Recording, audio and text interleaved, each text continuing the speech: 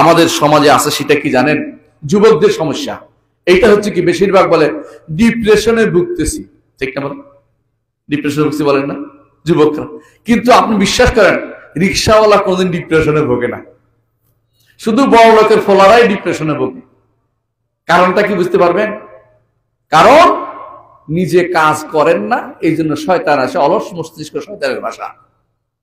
অলস মস্তিষ্ক রাখবেন না, কাজে নিজেকে ব্যস্ত রাখবেন। দেখবেন যে অনেকে ডিপ্রেশনে ভোগে। আমি বলি তুমি ডিপ্রেশনে ভুগছো দুইটা কারণে।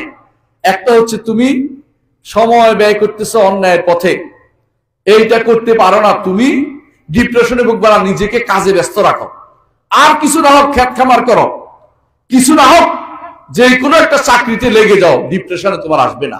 ডিপ্রেশন ওই ব্যক্তি ভোগে যার কিছু নাই, বেকার ঘুরে বেড়ায়। যুবক মানুষ কখনো বেকার থাকতে পারে না। মুহাম্মদুর রাসূলুল্লাহ সাল্লাল্লাহু আলাইহি ওয়াসাল্লাম সাহাবীরা যখন হিজরত করে মদিনে আসছে, তারা কত লাখ লাখ টাকা নিয়ে আসছে না মদিনাতে? হ্যাঁ বলেন, কিচ্ছু আনে না, কবরদক শূন্য, কিচ্ছু নেই।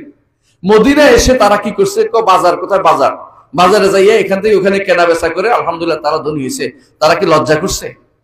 আপনার কিসের এত লজ্জা? আপনার কেন এত লজ্জা? কেন লজ্জা করবেন? হে যুবক, কর্মের মধ্যে কোনো লজ্জা নেই, কাজ করে খাবেন, কাজ করতে শিখুন। আমি ছোট কালে ধান কাটছি, রোয়া লাগাইছি, বুঝেন কথাটা? বুঝার জন্য বলতেছি।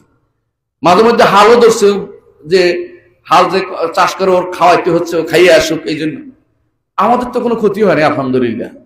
আপনারা ক্ষতি হবে না, এত বেশি অহংকারী হবেন না। আমি এখন পড়ালেখা করছি, আমি ডিগ্রি পাস করছি, আমি অমুক পাস করছি, আমি কি আর এটা ধরতে পারি কিনা?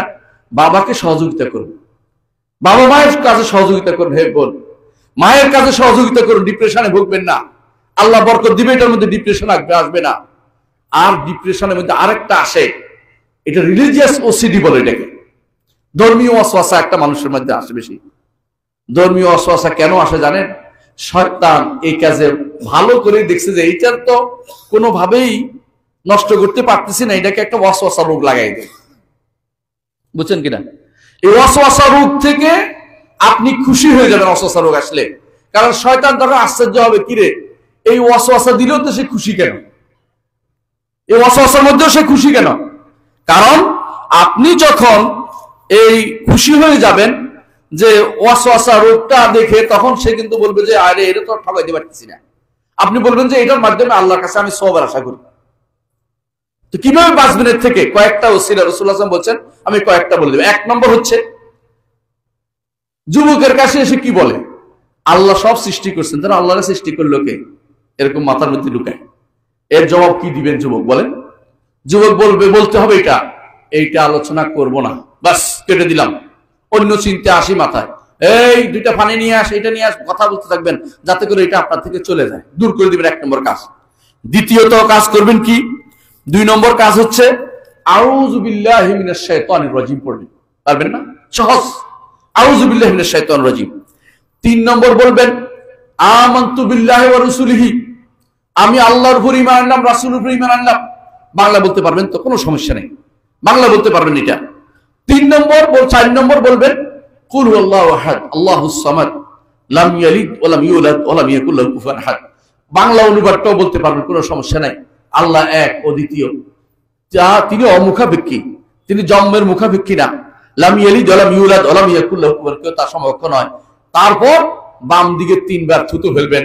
আমার নবী সাইয়্যিদুল খালক মুহাম্মদুর রাসূলুল্লাহ সাল্লাল্লাহু আলাইহি ওয়াসাল্লাম আমাদেরকে এই পদ্ধতি শিখিয়ে দিয়েছেন, কারণ তিনি জানেন এটা আসবে, এটা আসেই, ইমানদারের সেটা আসে। 7 নম্বর সমস্যা ইমানদারের তাকদীরের মাসলা নিয়ে আসে, তাই না? কথায় কথায় বলে তাকদীর কি? 2 শ্রেণী, 2 ভুল করে। যদি তাকদীর, আমি যদি আমার কাজে হচ্ছে, তাকদীর কোথায়? আমি চেষ্টা করছি, আমার এটা দিচ্ছে, অনেকে এভাবে বলে ফেলে। না, আপনি যে চেষ্টা করছেন ওইটাও আল্লাহর নির্ধারণ আছে। না হলে আপনি চেষ্টা করলেই প্রধানমন্ত্রী হতে পারতেছেন না, আপনি চেষ্টা করলেই বিশাল এলাকার মালিক হয়ে যেতে পারতেছেন না। এর অর্থ হচ্ছে কেউ না কেউ আপনার নিয়ন্ত্রণে আছে। সুতরাং এটা তাকে বুঝতে হবে যে হ্যাঁ, আমার সবকিছু পূর্ব নির্ধারিত আছে, এটা তার উপর ঈমান আনতে হবে। যতই তাকে শয়তান ওয়াসওয়াসা তাকদীর তো আমি তো নিজেই করছি বলে, না, আমার অবশ্যই নির্ধারিত আছে, জোর করে এটাকে আপনার ঈমান আনতে হবে।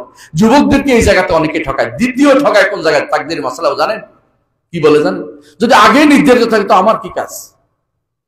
সবাই তো আল্লাহ নির্ধারণ করেছে, আমার কি কাজ? তাকে বলতে হবে হ্যাঁ তোমার কাজ তোমাকেও নির্ধারণ করছে, তোমার কাজটাও নির্ধারণ করছে, কোনো সমস্যা নেই। তোমাকে বলছে কাজ করে যেতে, তুমি কাজ করে যাও, উল্টা দিকে রওনা হইও না। উল্টা কোনটা? আল্লাহ তো লিখছেই যা হবার হবে, আমি চুপ করে বসে থাকি না, তুমি চুপ করে বসে থাকো না, তুমিও কাজ করো। তুমি ভালোর দিকে যাইতে পারলে বুঝবা যে আল্লাহ তোমার জন্য ভালোটাই লিখেছেন। আর খারাপের দিকে রওনা হলে আল্লাহ তোমার খারাপটা লিখেছেন। তুমি খারাপের দিকে কেন যাবে? তুমি ভালোর দিকে যাও। নবী রাসূলরা এসেছেন খারাপের দিকে আহ্বান করতে না ভালোর দিকে আহ্বান করতে বলেন?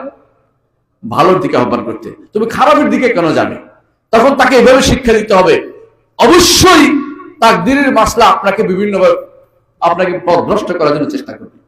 কিছু যুবক আছে তাদেরকে এভাবে বোঝানো হয়, এরা ভুল বুঝায়। কি বুঝায় জানেন? আল্লাহ আমি করব বলে লিখছেন, এটা তাকদীরের মাসলা। ভুল উত্তর দিচ্ছে আপনাকে। অবশ্যই আল্লাহ সব লিখেছেন। আল্লাহ কি লিখেছেন আপনি জানেন না। আপনার দায়িত্ব হচ্ছে নেক আমল খুঁজে খুঁজে আমল করে যাও। আল্লাহ আপনাকে উল্টো দিকে ফিরাই দিবেন না। আপনি নেক আমলের দিকে রওনা হয়েছেন, আপনাকে মন্দিরের দিকে দিবেন না, মসজিদের দিকে, আপনাকে সিনেমা হলের দিকে নিয়ে যাবে না।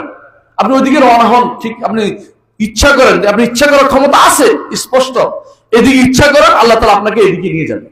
এইটা যদি আপনি বিশ্বাস রাখেন, আপনি তাকদীরের মাসলাতে আর ভুল করবেন না। যে আমি চেষ্টা করি, আল্লাহ তাআলা দেখবেন যে আমাকে এই চেষ্টাটা আল্লাহর তৌফিক, আমি আল্লাহর কাছে তৌফিক কামনা করি, প্রতিদিন বলি ইহদিনাস সিরাতাল মুস্তাকিম।